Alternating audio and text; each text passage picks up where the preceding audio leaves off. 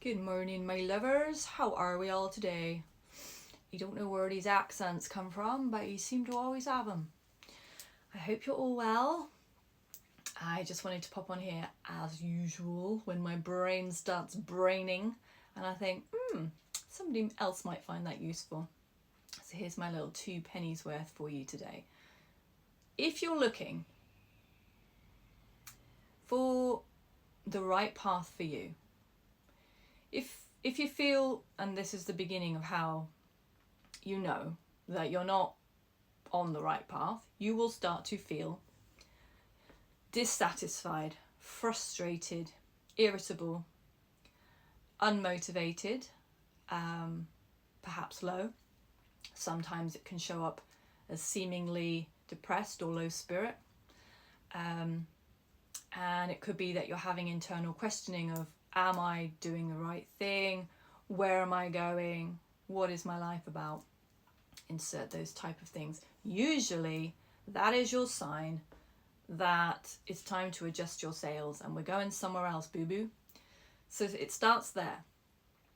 When you start to listen to that instead of internalizing and going, and just feeding that, don't feed that. Say, what are you trying to tell me? What are you trying to teach me?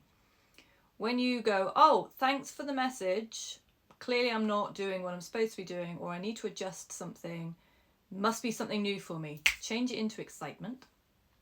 And then possibility. Change it into possibility. What else is waiting for me? What else does my soul wish to experience? Start asking questions. Ask, seek. Seek and you shall find. The next thing that seems to come, and this is the pattern that I'm realizing, is you're going to be put in situations, potentially, where you have to look different than the way you just did. So something about you, to get to where you want to go to, has to change. It has to adjust. It has to change. For me, every time I've had a moment of shift, I externally look different and internally I feel different, and then because I feel different, I act different. And that could be, I come across as more confident, or I might be more passionate about something different, or it might be that I just switch up the look. But you're going to have to look a bit different. Then when you look different, the people that liked you looking the same are going to start to feel a little bit itchy, scratchy. A bit like that sand in the oyster shell, but you are becoming. And if you know you're on the right path, or you're feeling that pull or that call, you keep going and you don't change. If you've had to adapt yourself to put yourself in a better situation, to move forward into a different direction, you will have opposition. That's when the test comes. This test is asking you to be authentic. So we don't go into new situations like faking, like it doesn't align to really what we're doing. We're like, oh, this is a new thing, but it doesn't really feel like me, but I might get some more recognition. Or, if you're doing it for the wrong reasons and you're not being authentic, then you're going to fall straight back down, and it's just going to be because you've built your house on the sand. It's not on the rock. It's not on the truth. It's not on who you really are. You're doing it for all the wrong reasons. But if you choose to be your authentic self and you push past that discomfort of people not understanding what the heck's going on or how you're transforming or changing, you're going to leave behind things. I have had to get used to leaving communities, families, relationships, mindsets, like all kinds. And the more you get used to that, the easier it becomes. So authenticity is your first block, or your first test, and it will ask you, are you being authentic? If you're being authentic, yeah, you'll have some itchy, scratchy, but you're going to have to also adjust something in you, because you're going to think, am I being authentic? Is this really me?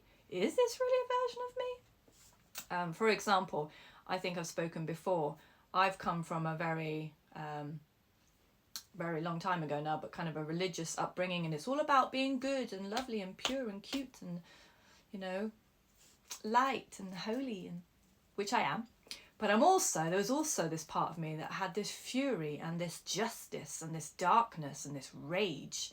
And I found that just by stuffing it down and pretending it didn't exist, and being, oh, that's fine that you treat me like that, that's fine. No, it's not.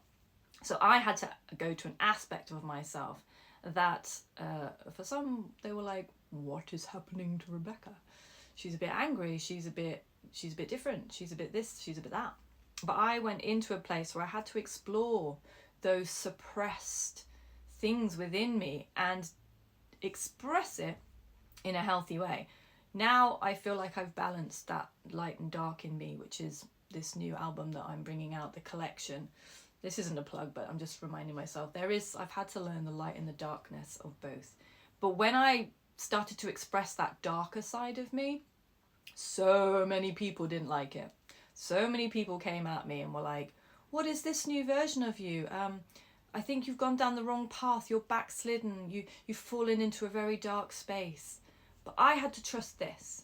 I had to be like, no, it's not, because I knew that there was light leading me into those dark places. I knew that I have a good enough relationship with God or Source, however you want to name it, that was leading me and guiding me. And I'd always known that that was going to be the case. I've seen it in visions.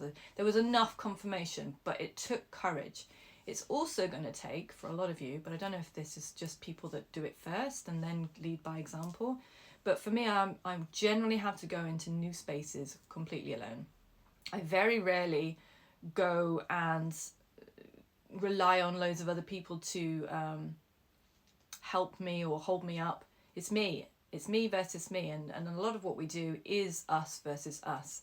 So it might mean that you're going to have to be alone for a little bit and re-establish who you are, and just kind of get rid of the naysayers behind you and have a place of clarity.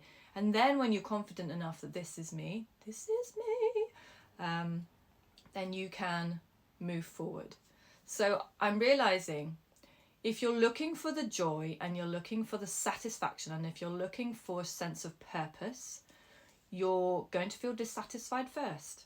You're going to have to move away from things. You're going to have to adjust yourself. There's going to be parts of you that have to shift because you've got to grow. You've got to evolve. You've got to have this evolution that is taking place within you, because if you don't evolve, you're just going to stay exactly the same place and then fall into a place of complaining because you don't want to be there. So if you want to change, if you want to evolve, you're going to have to feel discomfort. Then you're going to have to be tested with your own authenticity, changing aspects of yourself. Maybe you've been like that for 50 years and now they're saying enough of that. How has that served you being this particular way? It's time to be something different. Then when you step into that and you start to get used to that new, lighter, expressive, more free version of yourself, then you'll be in the answer to the questions before you took on your little pilgrimage into the next chapter of you. Drop me a note if that resonates. And if you're feeling that, what stage are you at? And have you had an experience of doing that entire cycle? And how many times? Where are you at in that process? And does that resonate to you at all? Because that's what's come to me. Authenticity is the number one in order to walk your path like butter through a knife through a butter, hot knife through butter. A clean, smooth way is by being you, 100 authentically you. Don't matter what Tom, Dick and Harry are up to. You. What do you genuinely look like and sound like?